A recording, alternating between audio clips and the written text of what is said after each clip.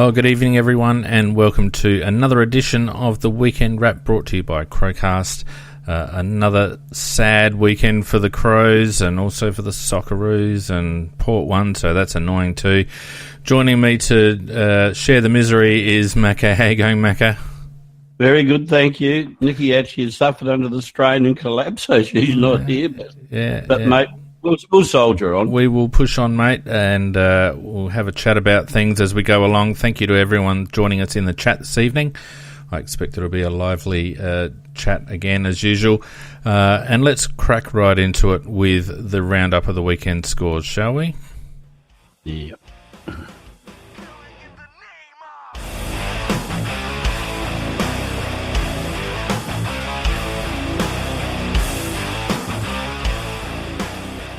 And it started on Thursday night, Macca, with the little brother in reasonable form, getting up over the Bulldogs, 20 goals, 12, 132 to 11 goals, 975.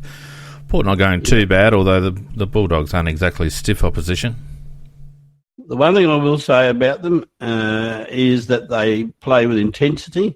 In fact, if they were a skilled side, they'd probably be a very good contender for the flag.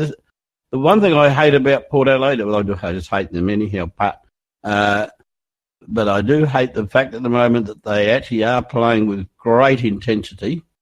And as I said, if they had the proper skills of some of the other sides, they'd be a real flag favourite. Yeah, I agree, Macca. The intensity is certainly there, and they're playing like a team that is on a bit of a mission. You, I don't know how deep they're going to go into finals, but they're certainly giving it a crack, and that's really all you want. But the only thing to come out of that match is the worst crowd ever for Port at Adelaide, over 29,000 or something or other. What happened? Well, in fairness to them, I will say this. I reckon they probably would have still only got about maybe around the 40,000 mark if they were lucky. But the weather, to put it very bluntly, was playing shithouse. And come on, mate. Well, all I can say is I would have been afraid. Come on, mate. Nah, I wouldn't. They're flying. It's a Thursday night. Yeah, it was a bit chilly, but it didn't rain. Yeah, but I don't want to dive you, man. You just hold a fucking flag up and say, you hold your scarf up and rock from side to side. Yeah, well, they like doing that. Anyway, Friday night, possibly a grand final preview, I reckon. Sydney versus the Eagles at the SCG. Sydney getting up 10 goals, 12, 72. Eagles 7 goals, 15, 57. Bad kicking by both sides, but particularly the Eagles. I don't know what you make out of that game, really. Well, I don't think you get any clue as to who's the better side out of the two, because Sydney had the advantage of the home ground. West Coast allegedly don't travel, and I thought they didn't do a bad job at all. In fact, it was a very good game to watch. I enjoyed it. It was a very good contest of two very talented sides, and I think you could be right. Those two, they're both grand final quality. Yeah, I think so. Them and Richmond, I think, are the three at the moment. Saturday, Carlton and Freo. Carlton, oh my God, horrific. 15 goals, 13, 103 to Fremantle. Carlton, 6 goals, 10, 46, and they're probably lucky to get that much on the board. Fremantle annihilating them. And, Fremantle going on with the form they showed against us and against a side that you wouldn't want to be barracking for. The thing about Carlton is they were talking about the fact that they should be applying for a priority pick. Why? We know they've mismanaged their club very poorly, and they're talking about giving a priority pick. Why should they get a priority pick? No, well, I don't think they should either. And look, to be fair, they outscored Freo 6 goals to 3 in the second half. Freo kicked 3 goals, 8 in the second half to Carlton's 6 goals, 3. But you can't blame Freo for switching off after being essentially 12 goals up and holding Carlton goalless in the first half. Well, that bag of shit that Carlton represents years of bad trading, bad drafting, and that you shouldn't be rewarded for that. No, I agree with you, mate. I agree. St Kilda having a good win in a close close game against Gold Coast, 11 goals 14, 80 to 11 goals 12, 78 up there at Metricon. I didn't watch the game, I have to admit, but the Saints getting up in a close one. Well, if you watch 90% of the game and then Gold Coast were the last 10%, you would have said, "Oh, the last Gold Coast won a game," or they just disappeared. And in that, the last 15 minutes of football, I thought St Kilda coming from an impossible position to win, and of course they were all rejoicing, and they were finally broken through for a win. And I saw that Alan Richardson going really happy, etc. And so he should be. I think he might have got turfed otherwise. Well, 2 points against the Suns is nothing to write home about it.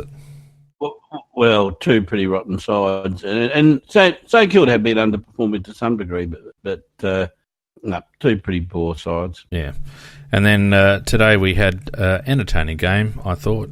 Richmond versus Geelong. Richmond getting up 12 goals, 11.83 to Geelong 9 goals, 11.65. Again, Geelong in it for long periods, and then the Tigers really just kicking away towards the end there.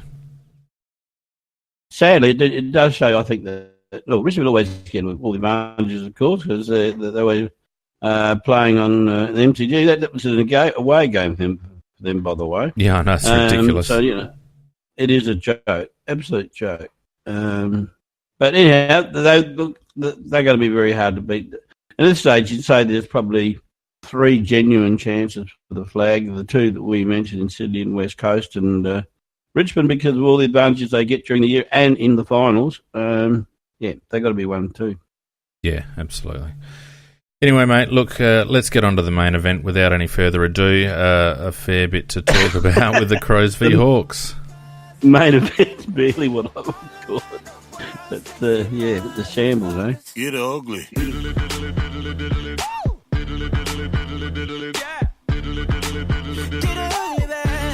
Damn, that's ugly.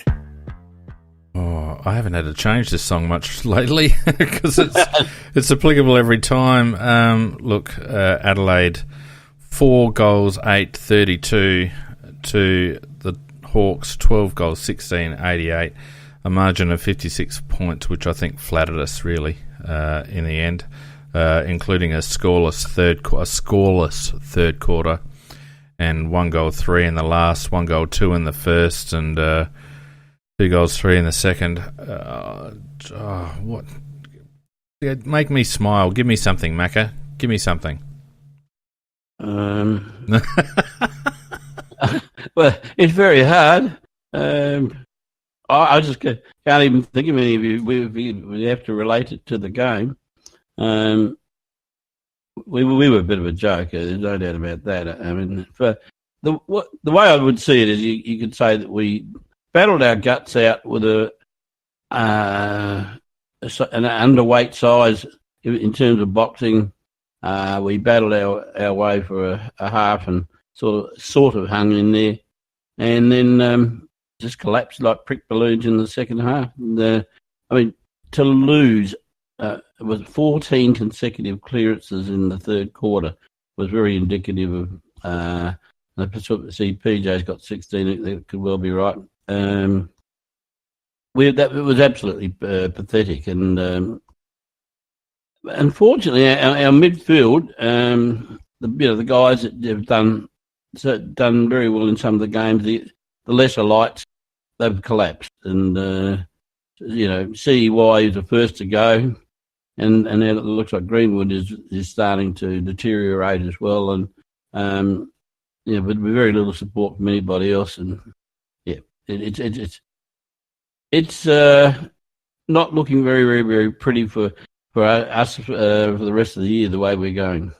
No, it certainly isn't. I felt, and we were talking prior to the show, Macca, I felt like we were hanging in there in the first half. I was watching a team that was completely devoid of confidence, but at least, trying to stay in the contest, and Hawthorn helped with their bad kicking to help us stay in the contest. But I was kind of left thinking, if we just keep cracking in and keep trying and keep shuffling the ball forward, this is the kind of game that can turn. And I would have thought that, given all the mind training that the players have been through during the off season, they would have been strong enough in mind to have a similar thought. That we're only a couple of points down at half time, and if we just hang in there, something might break. But no, they decided that at half time that was it. And that third quarter was probably one of the worst quarters of football I've seen. I reckon since about 2011, mate. In those dark days, I can't remember us playing as bad as that.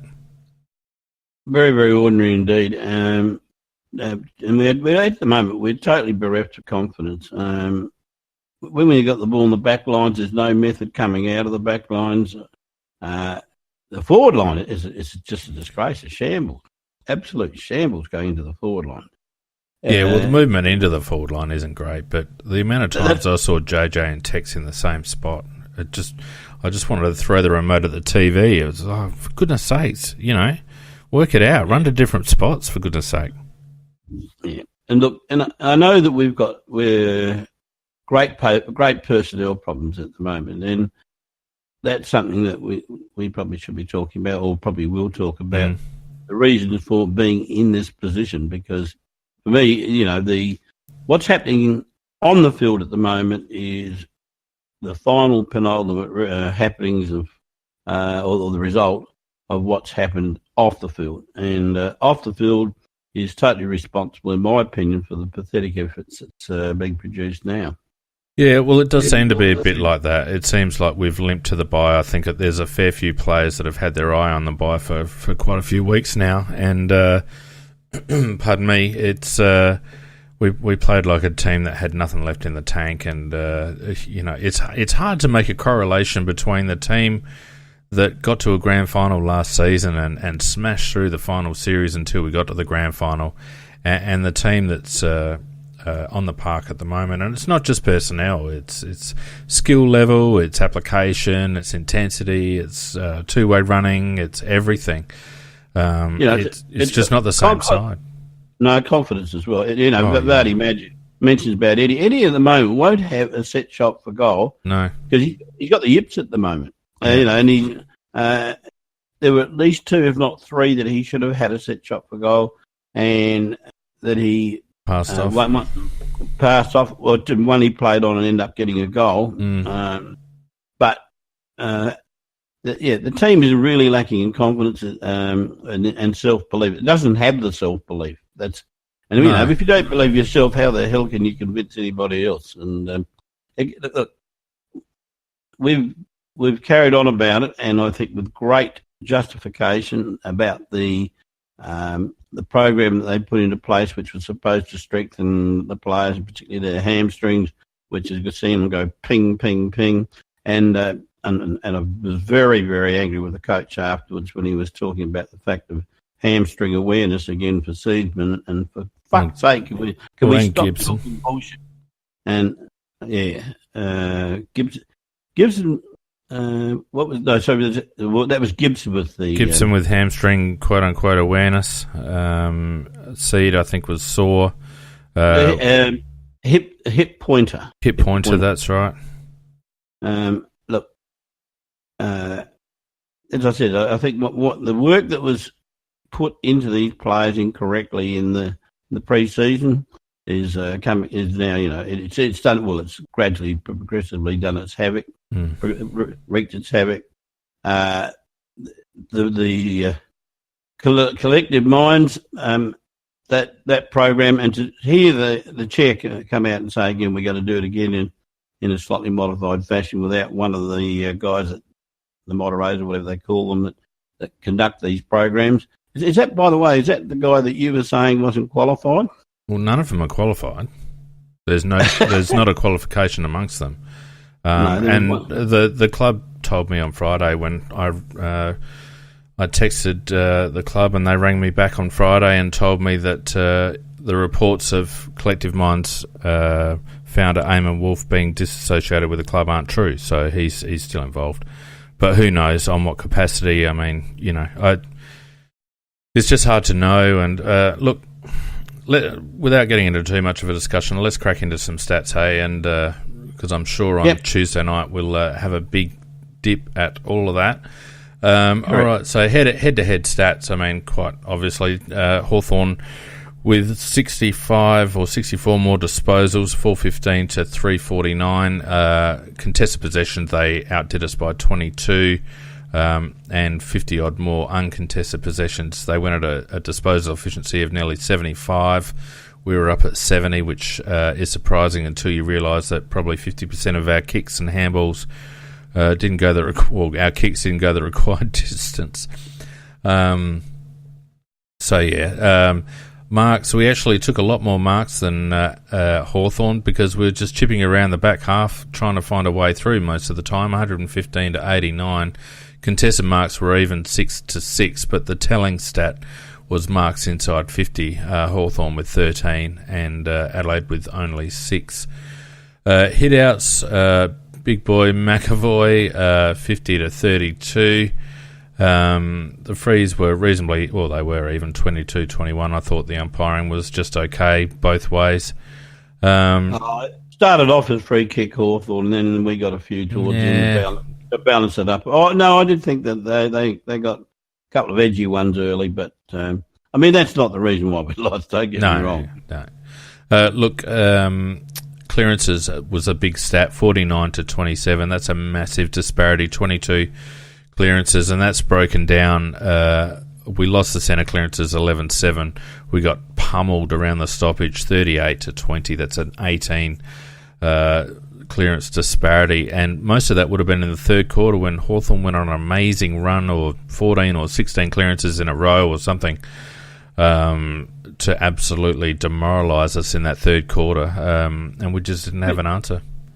We looked like an amateur league team in that third quarter. We looked pathetic. Well, we looked stationary. We were flat-footed in the middle. Sauce was getting done in the ruck, and they were mobile, and we weren't. Look, what else do we have here? Rebound 50s, 29 Hawthorn, 42 Adelaide again, an indicator of where the ball spent most of its time. And if you have a look at the heat map, Hawthorn's heat map was very much towards the middle of the ground, and Adelaide's was very, very deep in the back half. Where are we? I think that's about it. Metres gained, obviously, ours was under 5,000, 4,500. I actually found an interesting stat, Macca. I think I've worked out why Rory Atkins gets picked all the time. Oh, Jesus. I thought it was about the photos and the goat. Well, and we will go into individual stats in a minute, but just as out of curiosity, Rory Atkins was the second most distance covered in the game. So he ran the second most distance out of any Crows player, 14.2 kilometres. So I don't think... Fear will make you run, mate. Well, I don't reckon I've ever seen a bloke run for so little gain. I mean, he could have probably stayed in the one spot, saved his breath, and had just as much bloody input in the contest. But anyway, we'll talk about him afterwards, but I've got some nice words for him. Yeah, well, I mean, to sum up the head-to-head stuff, it was quite clear that that Hawthorn were just pushing up. Our ball movement was so stagnant. There was no overlap run. There was no running to position. We looked like we didn't have any clue whatsoever. And, we mishandled the ball so often, and when we did actually have ball in hand, we just didn't seem to know what to do with it. We had no idea how to get through Hawthorn's press. We lacked any sort of aggression or adventurous running with the ball. And I think Hawthorn took advantage of the fact that with a couple of key outs down back in Laird and Brown, and some very poor selection, and we'll talk about that in a minute, some very poor selection, it meant that we had no run and carry off half back at all. So, just bomb it out and the Hawks just ran it back in. Well, that's a fair description of it too. It's very disappointing when you're getting beaten like we were, and to lose contested possessions quite significantly, which we did, and to lose tackles as well quite significantly, which we did. Sorry, I missed that stat. Yeah, to get Buddy beaten and lose both of those, you have to say, well, what on earth did we do? Yeah, we 46 tackles for the game, Macca. 46 tackles for the game. I think we had, 3 16 to half time? Was it? We had 9 in the first quarter or something. It was horrific. We were only teenagers up to half time, whatever the number was. It wasn't very good. And, and that, again, is a reflection of how much of work rate as well. Yeah, absolutely. The two key stats are contested ball and tackles. And you'd think for a side out of form fighting for its life in 2018, you would think that those key stats would be the ones that the players could cover off. But losing the contested possession count the way we did, losing the clearance count the way that we did, and not giving a yelp in tackles. In fact, in the last 2 weeks, we've had as many tackles as we had in one game against the Bulldogs. We had 100+ tackles against the Bulldogs on that cold and wet night. Fremantle and Hawthorn, the sum of our tackles equals that tackle count. So, there was one effort or one lack of effort that really represented our performance for the night, and that was when we absolutely flooded their forward line, and our whole 18 players were in their forward line, and they kicked the ball in towards goal, and somebody marked unopposed out in front of a goal, and nobody within about 5-10 metres of him. And yet, and our whole 18 are in their forward line.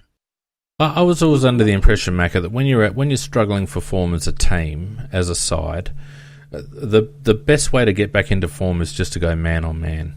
And it seems to me that Don continues to play the type of game plan that we play when we're fit and firing.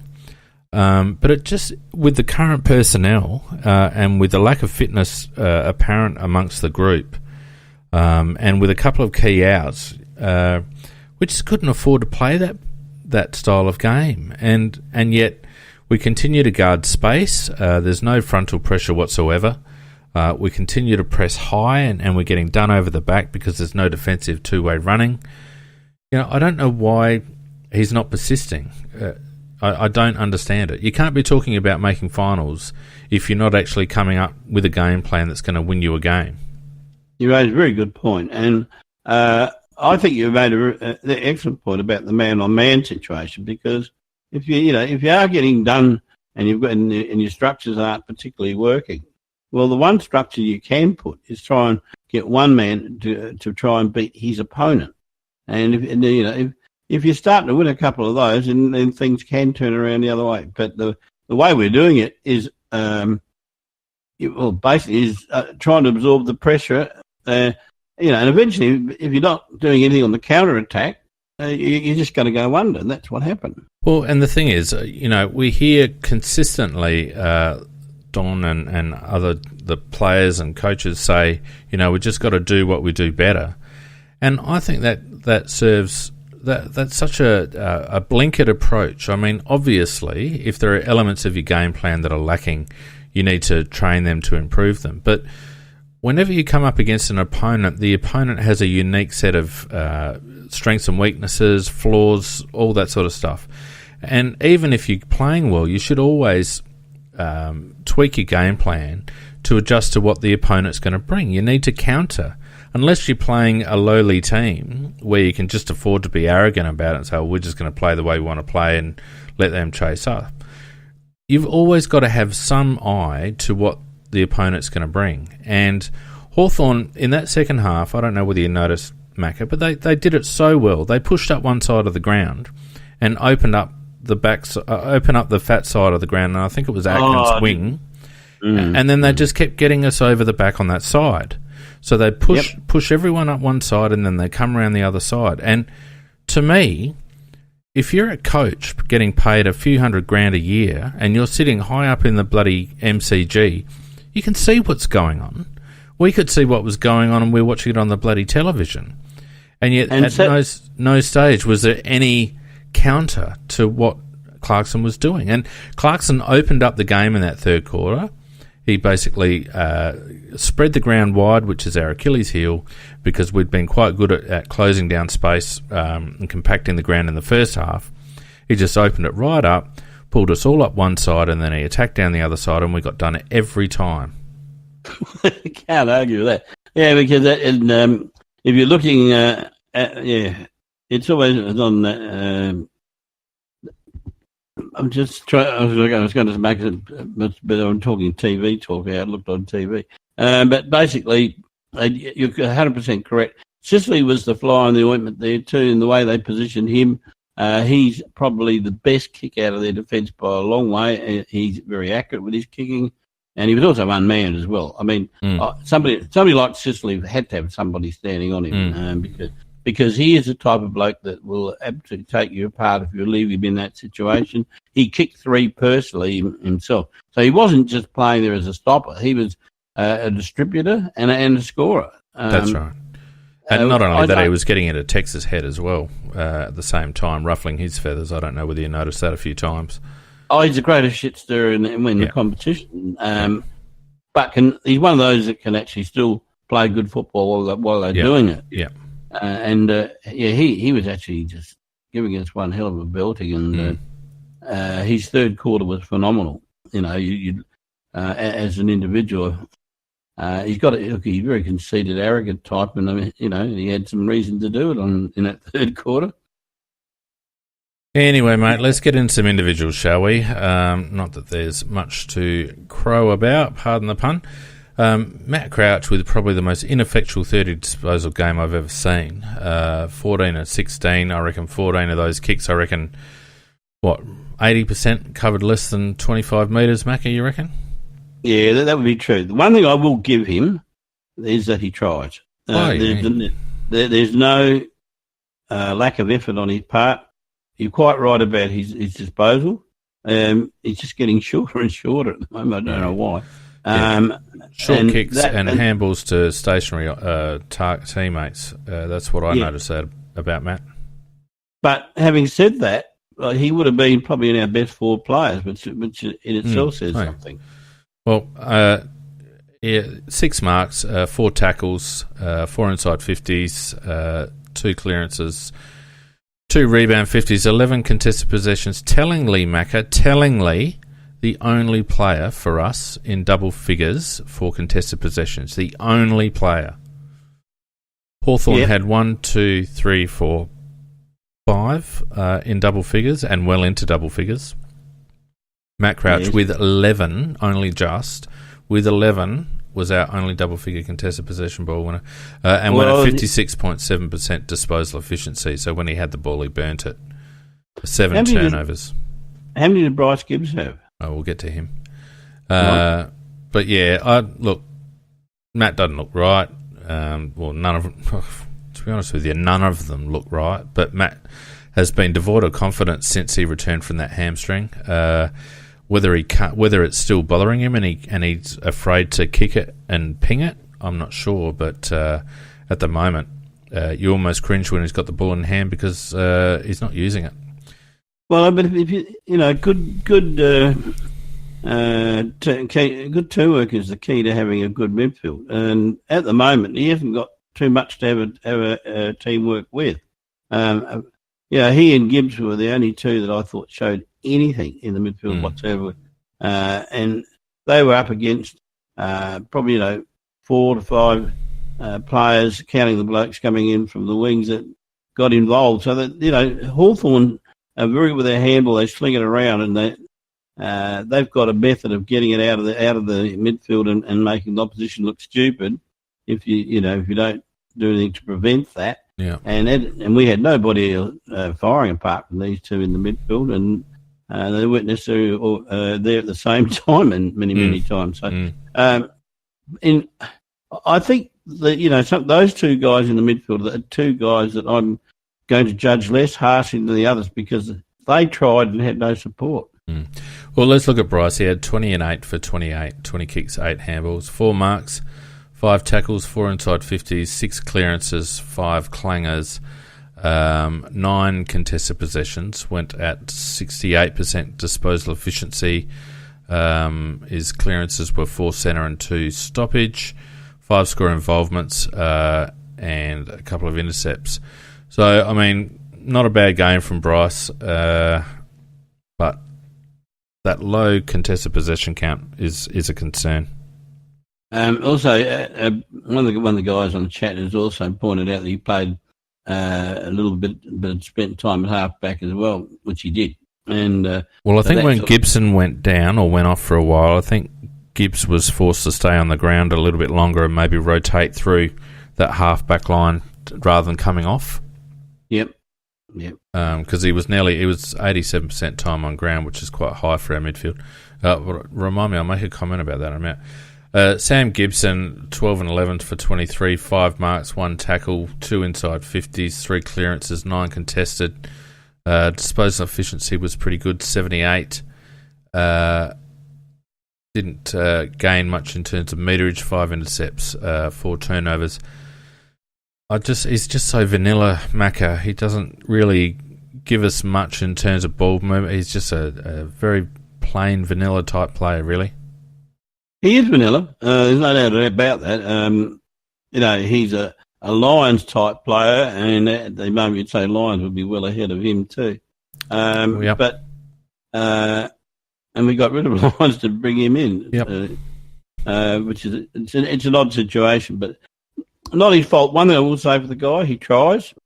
He does try, so perhaps limited, but not guilty of a lack of effort anyhow. No, and probably the bloke most dirty on the club. If you think about the fact that he played 140 odd straight games without an injury, and he comes to Adelaide, Adelaide using the same injury and load management technology that North did, which is where he came from. And he does a hamstring, spends 7 or 8 weeks out, and now he's got permanent back and hamstring issues. I mean, if he's not the indicator of a complete mismanagement within the strength and conditioning department, I don't know what is. Yeah, you're 100% right. Yeah, Jake Kelly, I thought played better than he has for a month. He found some form actually. Yeah, under some pretty severe pressure as well. 15 and 8 for 23. 10 marks, which was excellent. 3 tackles, 2 inside 50s, 6 contested possessions. Went at 91% disposal efficiency, which is good. Doesn't offer you much in terms of metres gained, but I felt like that's what he's in the side for, just to be that good, solid, dependable defender in the air. Played a bit of that intercept role. 8 intercept possessions. Probably the best game I've seen for Jake for maybe this season, actually. Yeah, it's very close to his best game for the year. And he has had some really poor ones, and perhaps on form was very lucky not to be dropped. But then again, we had so many injuries out there, he wasn't able to be dropped. But and I'm very pleased to see that. I like the guy. I think at his best, he's handy because he's got a heart and he fights very hard for the ball. And so it was very pleasing. He would have been in our best players anyhow. Yeah, I had him in there. Tales did it right, I suppose. Took 11 marks, which is pretty good. 11 and 8. 4 rebound 50s, only 5 contested possessions, went at 79%. Again, another bloke in our defence. And if you have a look at the metres gained from our defensive players, you've got Kelly 247, Talia 208, Otten, not that he was down back often, but 206. Miller 296. He's one of your key run and carry players that only didn't even give us 300 metres. McKay at 340, Hardigan 141. Who else we got there? Cheney 145. Even Searsman was way down 306. Poor game. So you're looking at our defence there, and you're looking at no meterage from those defensive players because we didn't have that run and carry from Miller and McKay, and it just shows you how much we missed Luke Brown and Rory Laird as our 2 creative guys, and also obviously the ongoing loss of Brodie Smith. Our defence were just stagnant, completely stagnant, and Tars was 5 intercept possessions. He's not the guy to distribute the ball, but and he tried very hard on the ground just about for the whole game. So you can't knock him, I guess. He's a guy that doesn't know anything but trying 100%. And I wonder what goes through his mind when he watches some of Atkins' performances, which are the antithesis of what he is. Yeah. Talia, look, I thought he had a reasonably good game, to be honest. But he couldn't do much more, I don't think, Macca, could he? Oh, King could not hold back the tide either. I mean, Talia tries his arse at it. He really does. And I don't think we've ever accused him of not putting in 100%. So look, he did his job. Yeah.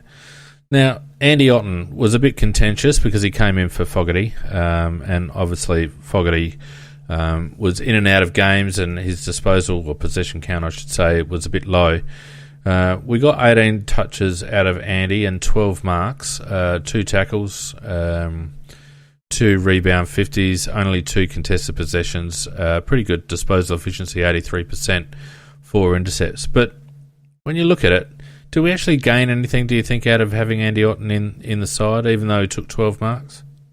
Well, what I think is really, really sad is if you look at Andy Otten's numbers, is that we would not regard Andy Otten as our best 22 players. And he's not really our best 25 players. He may have even been our best 28 players.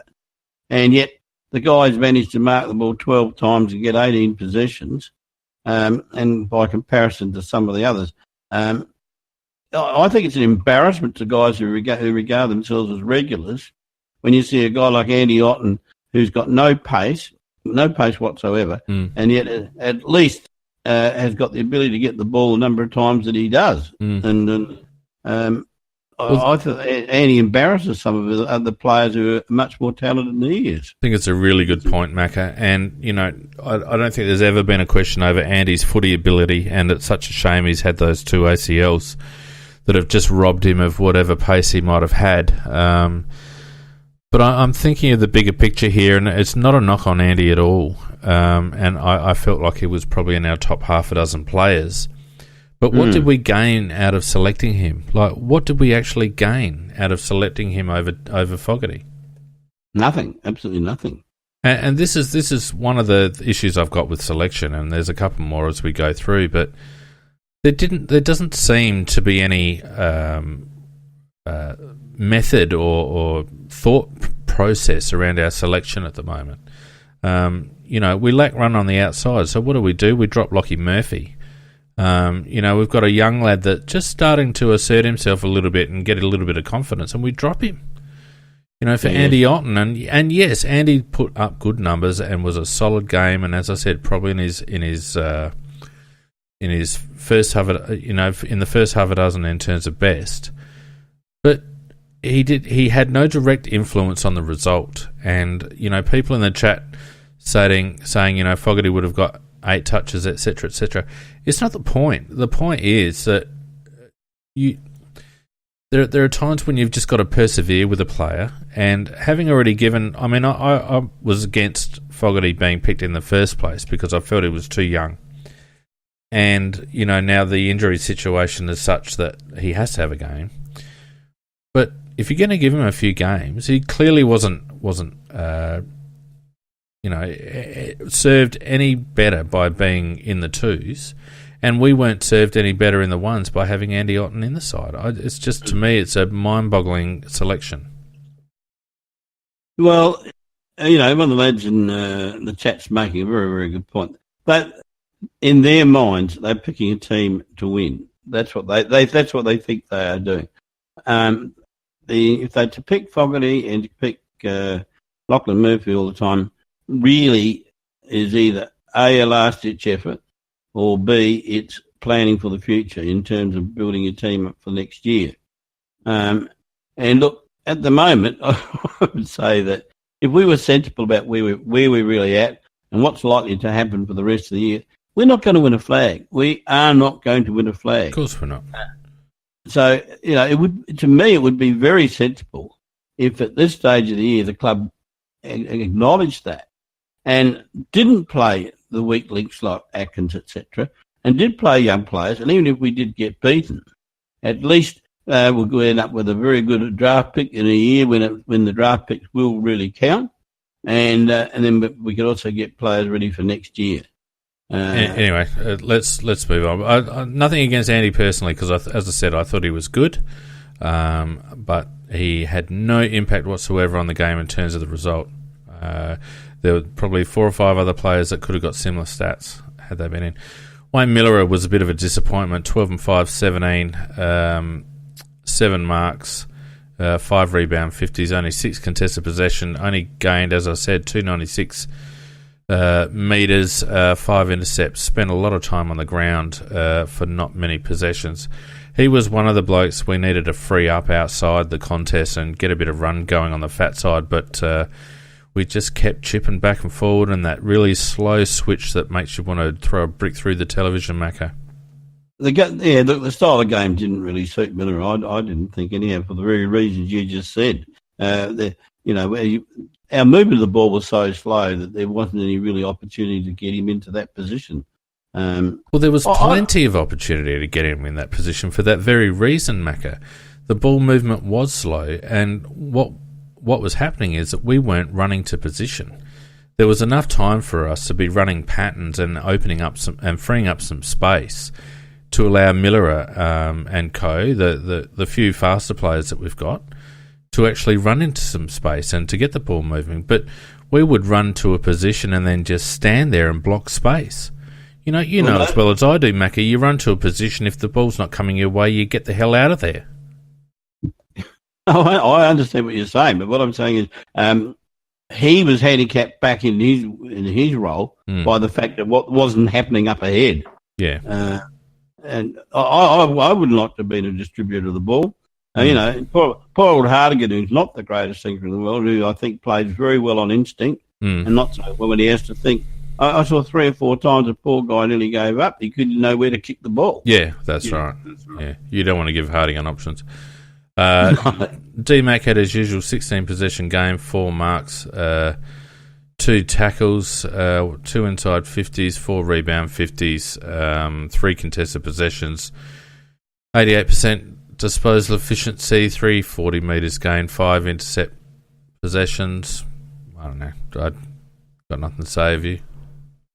No. Hardigan, I thought, had a bit of a shocker, although he tried really hard. But when we're under siege down back, as you said, Macca, that's when Kyle tends to panic. And there were a couple of times he was caught one out or in high-pressure situations. He just didn't know what to do. 13 and 3 for 16. Took 12 marks. Only the 1 tackle. 4 rebound 50s. Went at 81% for his 2 contested possessions, but they were all short kicks, 141 metres gained for the game. I think with Kyle, you've got to understand here's what he is. He's a dour, tall, key position player. He shouldn't be relied upon to move the ball. He should be relied upon to stop the ball and stop his opponent, and that's it. And he had precious little support. Can't argue with that. Yep. Galucci, I thought, was almost our best, Macca. Certainly the first half was promising.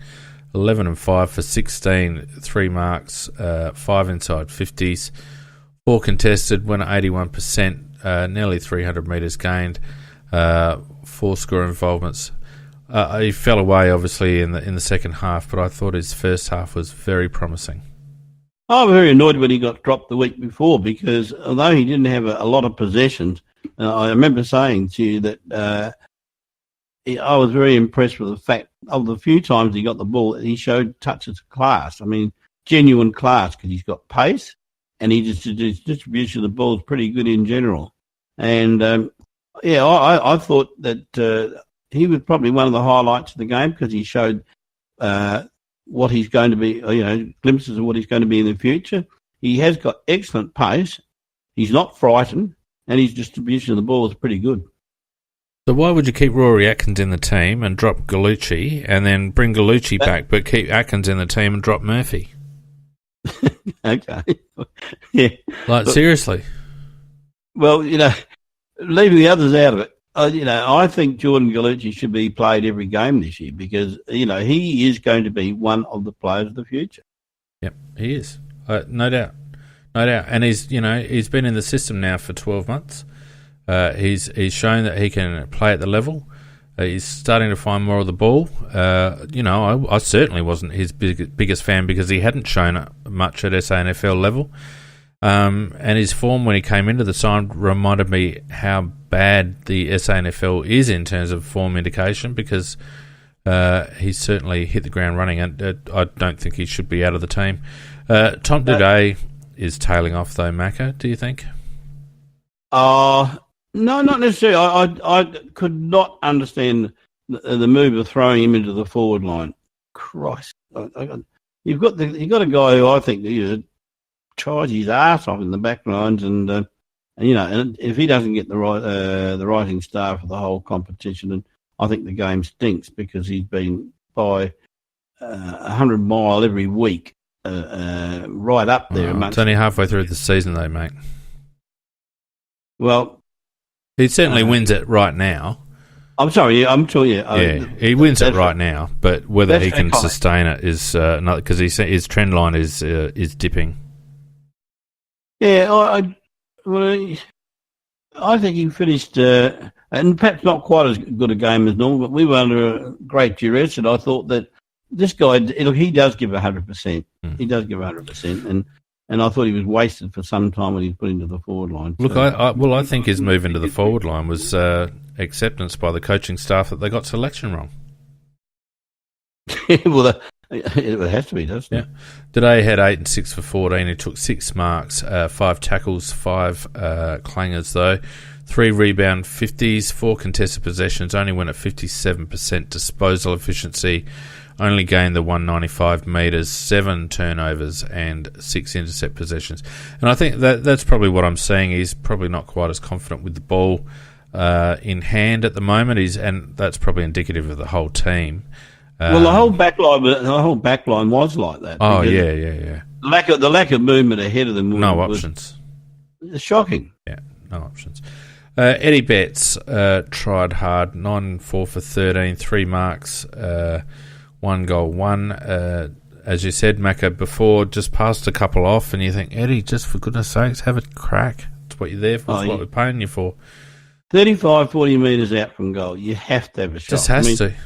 I mean, I was such a greedy bastard. I'd used to try from 70 metres. That doesn't surprise me. But I don't know. Well, you have to love kicking a goal. And surely Eddie loves kicking goals. Well, that's what he's employed for. But at the moment, he seems to have lost a little bit of confidence, and he has definitely lost confidence in his set shots at the moment. Does he have? Now, he went off for a while at the... Take your finger off the button. He went off for a while at the end of the Freo game, yeah? Yes, he did. So I wonder whether he's got a bit of tightness through the back and hamstrings as well. When you don't want to kick long, that's usually the reason, Macca. Let's call it a hamstring awareness. Shall we do that? Yeah. Look, he only had 5 contested possessions, only went at 30% disposal efficiency, 3 turnovers. So, yeah, it was an almost game for Eddie, but, to be fair, playing a bit of a lone hand, I think. Well, he seemed to have a little, usual class around the ball, but it was, once he got the ball, it wasn't like the old Eddie in terms of, whether he has got, just a little bit of a soreness, I don't know. Yeah, I don't know. This next guy, we've been giving him pass marks for the last month, and then he went and signed a contract extension, Macca. Went and signed a contract extension. Have you ever guessed who? Oh, wow. Richard Douglas, 10 and 3 for 13. Terrible game. 0 marks, 0 score, 2 tackles, had 10 clangers, 7 contested possessions, went at 30.8% disposal efficiency, had 3 stoppage clearances, 2 score involvements, only gave us 128 metres gained, 2 turnovers and 1 intercept, spent 86% time on ground. Well, he's had a reasonable run recently and played some reasonable games, but he did pick a very bad game to play an absolute shitter. This is a backs-to-a-wall game, Macca, and Richard Douglas is one of our senior players on the ground. Now, I've got to ask you a question. First of all, why do we give him a contract extension? Because we like doing it. I'm bugging on. Why do we have to do it right now? No, had he proven himself worthy of it? Probably on the fact that he probably did have a run about 3 reasonable games coming into it. And reasonable. No, look, your point's valid. It was disgusting. I thought his game was disgusting. It was a very poor game. You know, the club's backed you in for another season. You go out there and you perform, and he's gone out there and got 10 kicks, for God's sakes, and has not laid more than 2 tackles and has not actually got involved with us chipping around. Here's something for you to chew on, Macca. With us chipping around through the back half and he's playing through the midfield, clearly Richard at no stage ran hard enough to make space to get one of those 15, 20 metre chippy passes. Not once. He didn't take one mark. Not one mark. No, that's not good. Bloody disgusting. But as Barty Magic says, the Douglas contract extension was a weak stunt from the club to take our mind off all the misery and all the. This was supposed to be a good point to get us all elated. But he's taking the piss. Yeah, but they were talking about all the fact that all the people wanted out of the club. Look, here we are. Here's a guy he just signed a contract. Yeah, but not something that made you go whoopee whoopee whoopee. No, well, and he didn't return the favour, Macca. That's the thing that bothers me the most. Didn't return the favour. And you need it. You need it from your seniors in that sort of situation. He should have been up with Bryce Gibbs and Matt Crouch, and yet he's down the bottom with Sauce, who had 8 and 5 for 13, only took the 3 marks, the big fella, kicked 2 goals, including one out of his backside early. Only the 28 hit-outs. McAvoy had 30, and Segler proved himself a pretty decent second ruck, got 19. They're saying that Sam's got a crook back, and that's obviously. I was going to get to that because hang on, let's just keep running through. 2 inside 50s, 4 clearances, 9 contested possessions from Sam, nearly 70%. 6 score involvements, 4 turnovers. Actually, probably about as best as you could hope for from Sam at the moment. But when Don Pike said in his press conference, oh yeah, but Sam's been carrying a back injury for a while now, I just about wanted to bloody jump through the TV, because why have we been playing him, Macca? Why have we been playing him? They've now admitted he's had a back injury since, when was it, round 3, when he did it against Richmond or Port? I can't remember. Why have we been playing him? Because we're weird. No, we're seriously, because we're playing so many players in that situation. I've never seen a team that's fallen apart like this, and we know why. Sam's is probably different. That might because of the being a back, and it could well be because of the fact that he gets people jumping into his back all the time. Fellow ruckman. Come on, Macca. Well, I don't know. I really don't know. The backbone connects to the hamstring bone via the glute bone, and what are the problems we're all having at the moment? Back, glute, hamstring. Well, it's generally the hamstrings are because you got a bad back, not bad back because you got a bad hamstring. I had tight hamstrings all through my footy life, and it used to affect me in my back because my hamstrings were stronger than my core, so it can go either way. Well, he's certainly had them, and he's been very ineffectual for some time, and as has been said by in the chat, you can't play with it. No, you can't play with spasms, God. No, and I've got back spasms now, but I find it bloody hard to walk with it, and let alone play football with it. And you got to feel sorry for the guy, but. Your point's very valid. Why was he not rested? I mean, we've had Riley O'Brien who's been toiling around in the twos for 100 years. I reckon he must be close to 100 SANFL games, Riley O'Brien. And now he's injured, but back when Sauce did his back, Riley was fit and firing, and he was originally, yeah. He was. Why did we? And even now, with Hunter's out and O'Brien's out, and Deer's had some knee soreness. Why wouldn't you bring in even play Alex Keith at centre half forward and go and ruck JJ for a week? Why are we absolutely smashing Sauce into the deck? I don't understand it. Well, I remember calling for it, and because O'Brien was available, I remember calling for O'Brien to be played and Jacobs to have a rest for a couple of weeks because, You could tell the guy couldn't get off the ground. I kept No. saying he can't get off the ground. When he can't get around the ground either.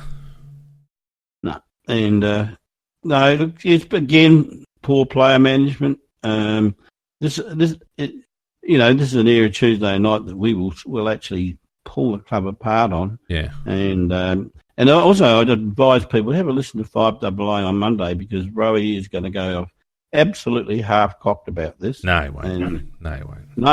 Oh, I know. He was the same last week, though, Macca, and he'd called his heels by Monday. No, he was probably silenced. Well, and what's going to be any different this week? Interesting to see anyhow. Oh, definitely. I'll be listening. I might even be calling. Cole Chaney filling a stopgap role wasn't the worst. 10 and 3 for 13. 4 contested, went at 70% disposal efficiency. Didn't really gain us any meterage. Clearly he was just there to play a role. He's there making up a number, that was all. Well, pretty much. Seedsman, very, very quiet. Again, Geez, I was disappointed with him. I was so disappointed with him. He's another guy that's been grabbing his hamstring for the last 2 weeks, and now he's got a hip point or a hip flexor or whatever. 8 and 4 for 12, took 5 marks, 2 inside 50s, only 4 contested, 306. He played 76% of the game, but he doesn't look right to me at all. He's got hip pointer awareness. Look, what next? I've got earlobe awareness, Macca. Jesus. From all this crap coming out of the club, I've got bleeding on the brain awareness, honestly.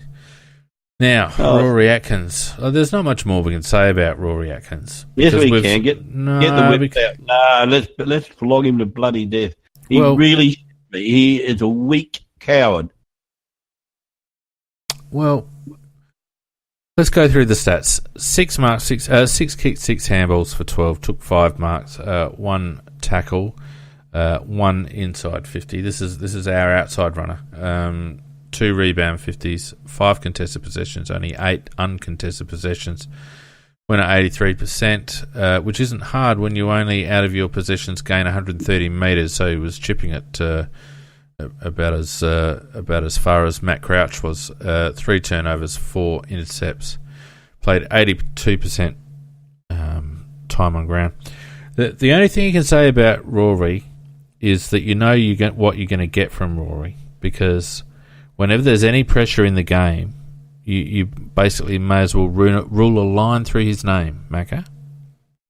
He was disgraceful. Nothing short of disgraceful. Look, if our club is serious about it, it's got to plan a future without this guy, because you can't play players who don't have a heart. You can be not the most talented. You have a look at football and some of the players that have made big names for themselves and big careers for themselves, and they were guys that had very little talent, but they had great hearts. This is a guy that's got a fair bit of talent and zero heart. Well, let's be a little bit analytical about this rather than being emotive, because we have smashed Rory for the past month, rightly so. But how can a guy who's spent the game running 14 kilometres up and down the bloody ground, how can the guy only get 12 touches? He's run 14 kilometres. How can he only get 12 touches?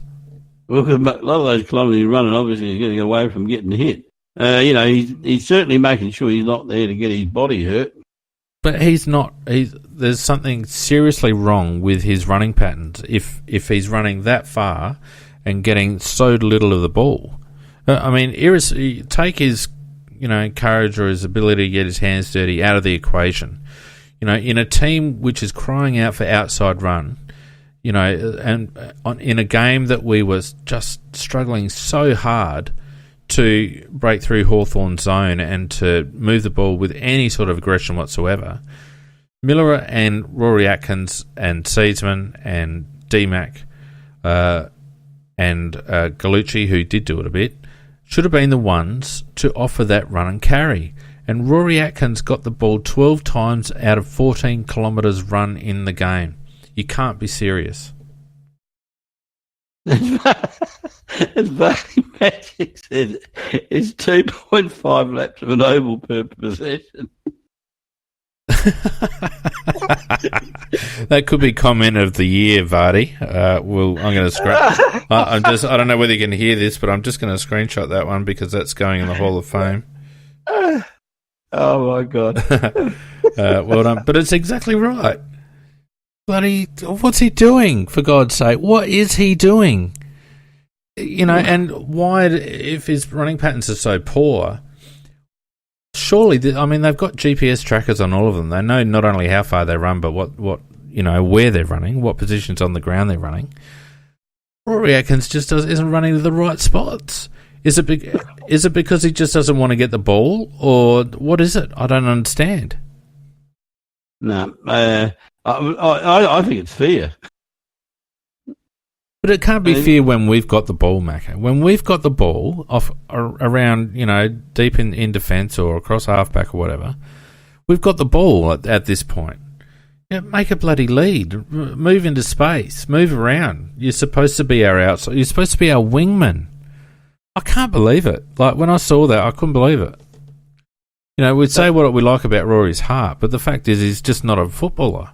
You can't run 14 kilometres and get it 12 times. Okay. Anyway. Seriously, we should be trying to trade him at the end of the year if we can get something for him.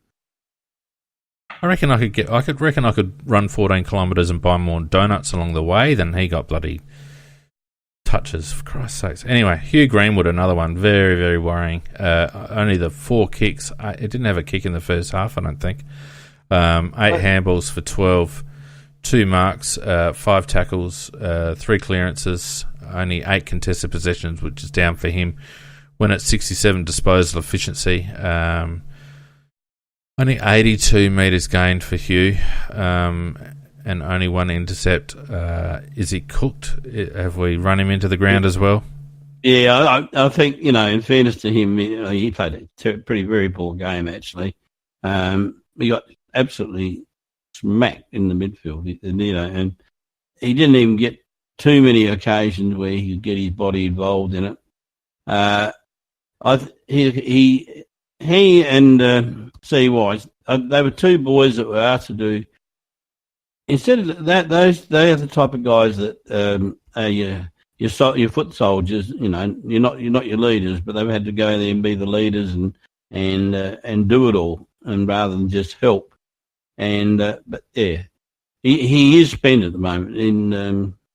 The bye could not have come at a better time. I think we'll see a much better game from him after the bye. But he's one of those players that's had to play above his ability. And it's done a reasonably good job, but he was burnt. There wasn't much left. Paddy Wilson, the debutant, 7 kicks, 5 for 12, 5 marks, 2 tackles.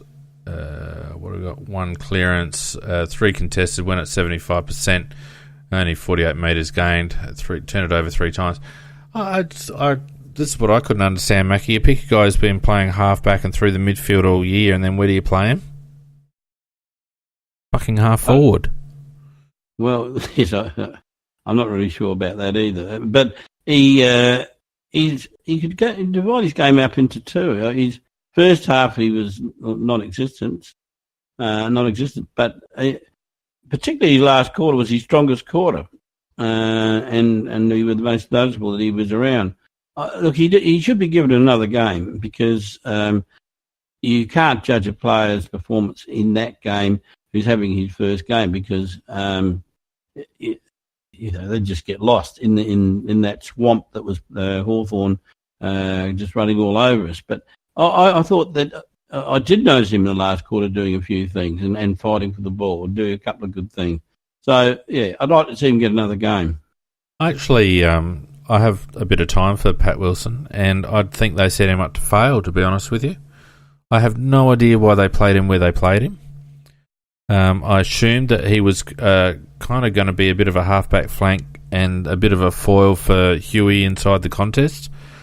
And they just, I don't know, they just played him nowhere. It was like they felt that they had to play him for some reason. And I do hope he stays in the side, but to me, Why would you bring in Patrick Wilson? Essentially, they brought in Pat for Lockie Murphy. Now, you couldn't think of two more different players than Patrick Wilson and Lachlan Murphy. Oh no, I mean, yeah, that's who they brought him in for. That's farcical. Doesn't make any sense. Jenkins, sorry, go on. I was going to say it's in keeping with all our player management so far, though. Oh yeah, definitely. Jenkins 7 and 4 for 11. Only took one mark, the big man mountain. Kicked 1-1, 2 tackles, 3 no clearances, 6 contested possessions. Only gave us 59 meters gained. Oh, I don't know.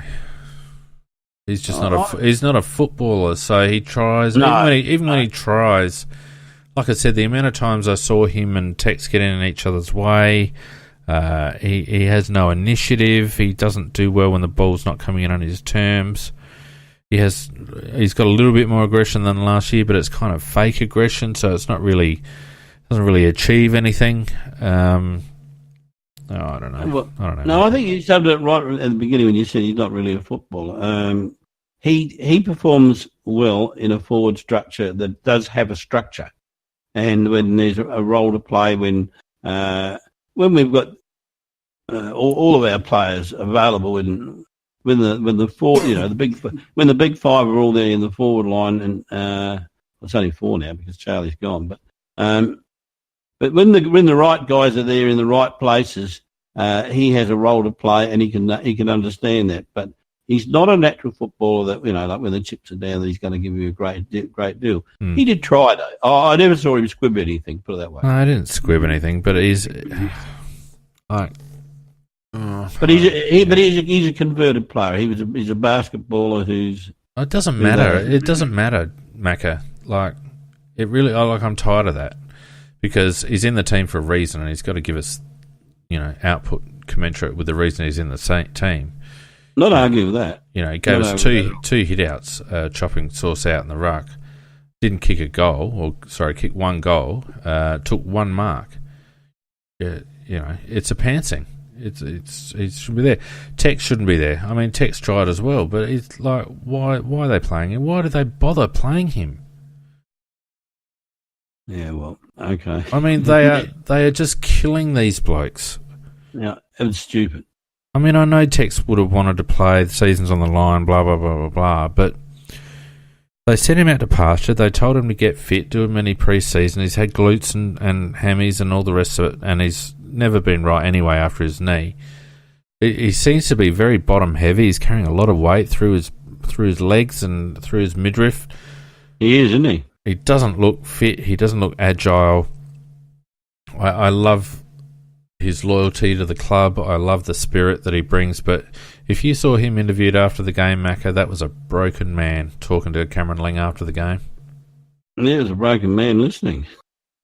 Yeah, Tex had nothing. I've never seen that bloke so down and so bereft of ideas. And you listen to the answers that he gave Lingy after the game in that interview. The whole club's bereft of ideas. Can't argue with you. Yep. Cannot argue with you. And lastly, Miles Baholke didn't really get involved at all. Only had the 8 touches, 5 marks. I do like Miles. Whether he's been played in the right spots, I don't know. I think he'll be all right, but probably doesn't deserve to be in the team at the moment. No, he doesn't. One thing I will say for him, he's not frightened. No, and he's good overhead. But I would have dropped him instead of Murphy. Yeah, probably. I would agree with you. I think we needed more the run, the quickness and around. Yeah, exactly right. Scooting around for the ball on the ground, but as it turned out, in the second half, it didn't really need any forwards. The ball wasn't there. Mm. Oh, mate, that's the tale of the tape, really. When you have a look at Hawthorn's disposal count compared to ours, they had 1, 2, 3, 4, 5, 6, 7, 8, 9, 10 players over 20 touches. We had 4, topped off with Mitchell at 40 touches. I don't know where we go from here, Mac. I really don't. It's the club has imploded for reasons that have been well discussed, and we'll discuss more on Tuesday night. But in fairness, also compounded by the inevitable contact injuries as well.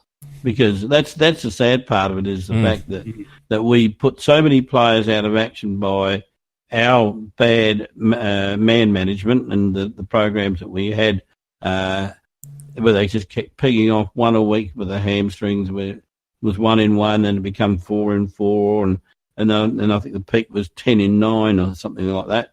And then of course we had the contact injuries then started, just to make it worse again. Yeah. And I do think we had something, it was either 8 or 9 first choice players out on the weekend, and I guess that any club that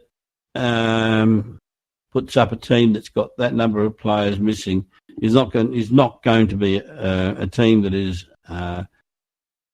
it was going to frighten the opposition very much at all. But the one thing I was very disappointed the way we collapsed in the third quarter. And you can be not good enough, but you can still keep fighting to the end. And I thought that maybe we did come good again in the last quarter in terms of trying to and giving some effort. But gee, in that third quarter it was just horrible. And I think the generals that were managing us from the stands, the coaches, they didn't cover themselves in glory either. So, it's man management of the past, it's man management of the present, and it's the injuries both created by us and then the contact injuries, and it's all come together to make this horrible mess the club is in at the moment. Yeah, I agree with you, mate. And I think, all the hullabaloo over the pre-season camp and collective minds in general, and we've certainly done our share of talking about it, I think that has covered up to a large extent what an absolute mess the pre-season was. We've spoken briefly a few times about Kangatech and the injury management system they've got down there, but there's nothing wrong with that system. There's plenty of other clubs using it well. You can't, when you talked about impact injuries, the reason you need to manage your soft tissue injuries is because you're always going to get impact injuries. And if you've got 4 or 5 blokes out with hamstrings, and then you start getting blokes rolling ankles or getting concussion or whatever, all of a sudden you're down 10 or 8 or 10, which we are at the moment. But the players look so flat. Pike mentioned a few weeks ago that they'd addressed their fitness program and had made a few tweaks. Well, to me, what they've done is basically backed right off to try and avoid these injuries. But your whole season is built around your pre-season, Macca. You know as well as I do that you put in all the work in the pre-season, and then the season is just about injury management, rest and recovery. You can't make any gains during the season on the fitness front.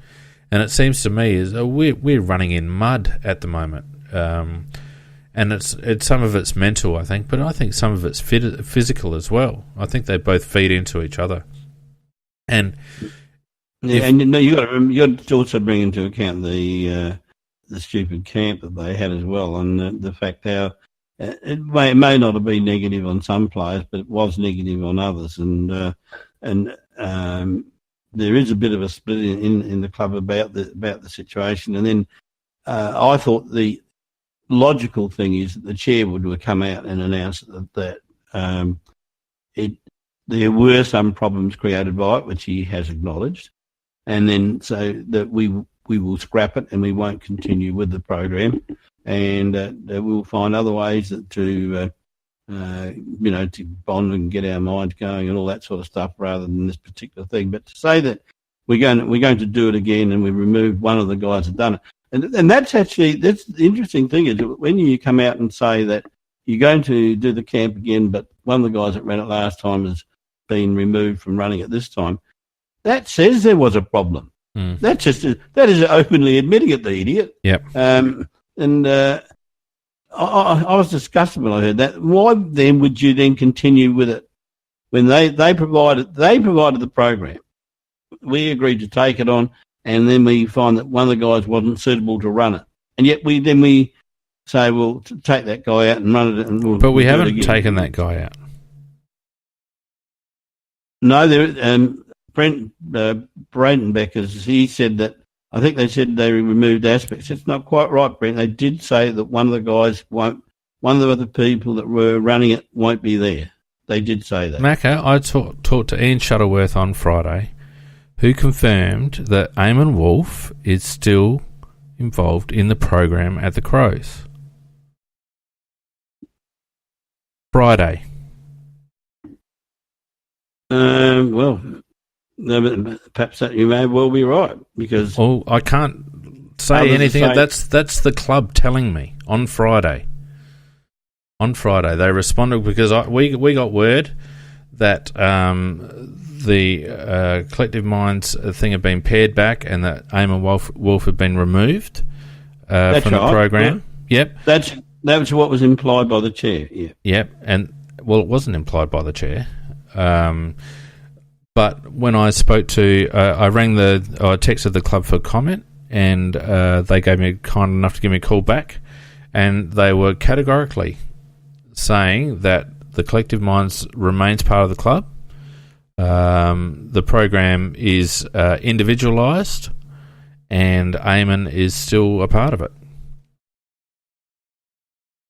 Well, now whether that's reflective of a commercial arrangement, and whether in practice, he's spending a lot of time in the cafeteria, I don't know, Macca.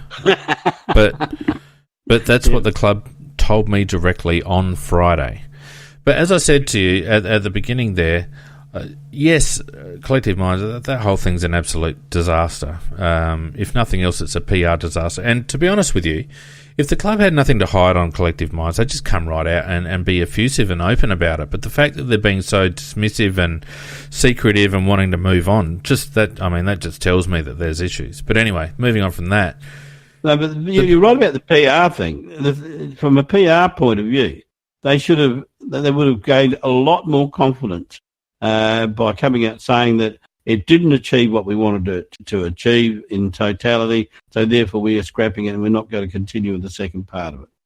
Pay them out if necessary, but get rid of it. And Vardy kindly acknowledges on the chat, and I haven't, but if anyone's wondering what all the kerfuffle is about Collective Minds, go to aflcrowcast.com. I've put a bit of a summary in there with some nice little reference links that pretty much sums up the research that I did a couple of weeks ago on Eamon and Collective Minds. And I would recommend that people go there and have a read. It's not a very long article, but click on a couple of the links. And the one that I'd really recommend that you click on is the podcast interview that he did with a mob called the CrowCast, who are sort of a health and fitness kind of a podcast. He did that last year, so he was with the Crows at the time. Just go and listen to the first 15 minutes of that little joyful presentation, and you'll probably come away scratching your head like I did. Thanks, Vardy, for the acknowledgement there. Look, but I think, Macca, what the point I was getting to is that, yes, Collective Minds has been the very visible thing, but you can't hide the fact that we've got 10 players out, 10 first-choice players out, and that is all down to mismanagement in terms of a fitness program. And forget about Collective Minds for the moment. Brett Burton and Matt Haas need to be held accountable for the fact that we can't get our best 22 or even anything close to our best 22 on the park at the moment. Because correct. Let's face 100% it. Correct. Let's face it. If we were able to get even 85% of our team on the park, we would not be in this situation. Mindspace notwithstanding, all that kerfuffle would be a sideshow. But it's the injuries and the subsequent domino effect of further injuries that has led to our ladder position, which has led to the scrutiny, and it's been compounded by the secrecy and the vagueness of the club on various matters. The club hasn't really addressed the injury situation to any great extent, other than saying we've made a few tweaks. They haven't addressed the Collective Minds thing other than saying, look, we'd like to move on. So that's why we question it. But to my mind, as juicy as the collective mind story is, the number one story in the land as far as the Adelaide Crows are concerned is the absolute clusterfuck that was the pre-season with Brett Burton and Matt Haas. And they should go. That's my view. If we want to be seen as a professional club, we should be holding them accountable for what they've done. Look, if you've got an investment company and you've got your assets were money, and you had two guys running it, and that they absolutely destroyed it and halved it, they would get sacked. They wouldn't even get a bloody warning. They'd just be out in their asses. The shareholders would demand it. And see, this is a big thing for me. We're members, we're shareholders in the club, right? Now, if this is the corporate world, like as you rightly point out, if two blokes messed up our $10 million asset, the shareholders would be beaten down the door. Correct, 100%. Right. So why is it that when the members beat down the door, we're agitators and we're annoying and we should just trust the club and get on with it? We're bloody shareholders in this club, just the same as we're shareholders in BHP and CommBank and all the rest of it. No one's letting CommBank off the hook because they swindled millions of dollars out of people. So why should we let the club off the hook because they're mismanaging our $10 million asset? You know what I am about that? Macca, I'm offended. That offends me. Does it offend you? Oh, well, Burton was offended by the fact that we dared mention that he was... That was my reference. I gathered that, and taking it one step further, we're offended, and we want him removed, and he should be removed. And to give you some idea that prick doesn't even appreciate what he's done, it's a fact that he was... said on the radio that he was offended by the comments. Well, go and get offended somewhere else. That's all I want to say. Well, I don't know whether we're in a majority here, and we certainly don't want to be negative, but this is reality. And to my mind, at this stage of the season, I feel somewhat supportive and a little bit protective of the playing group because I think a lot of this has been forced upon them. They weren't going too badly last year, were they? And yes, they have some issues in big moments and in big matches, but they've just had the rug pulled out from underneath them. And this is blokes' careers, Macca. Absolutely. And as Vardy Magic said, which I said to you before the show started, with Teague and J-Pod gone, it's just made it even worse again. Well, if you have a look at our assistant coaching panel with Camporelli and Clark and Franco and Hart and Tate Kaesler and... have I got them all? I think I've got them all. That's got to be one of the weakest assistant coaching panels of any team, let alone a club that is supposedly, one of the richer, best supported clubs in the land. Yep. We've got two assistant coaches who obviously have super glue to their ass because they never get moved. We bring back Ben Hart, who failed at Collingwood. Josh Franco was not a bad appointment. Kate Taylor has no AFL experience whatsoever. He's our defensive coordinator. And the two blokes that we get in couldn't get out of here quick enough in David Teague and J-Pod. Couldn't get out of here quick enough. Well, something stinks, mate. If it was a proper business organisation, and it is, the chair should be calling for an investigation into who did what and who caused what, and then making people accountable for their actions.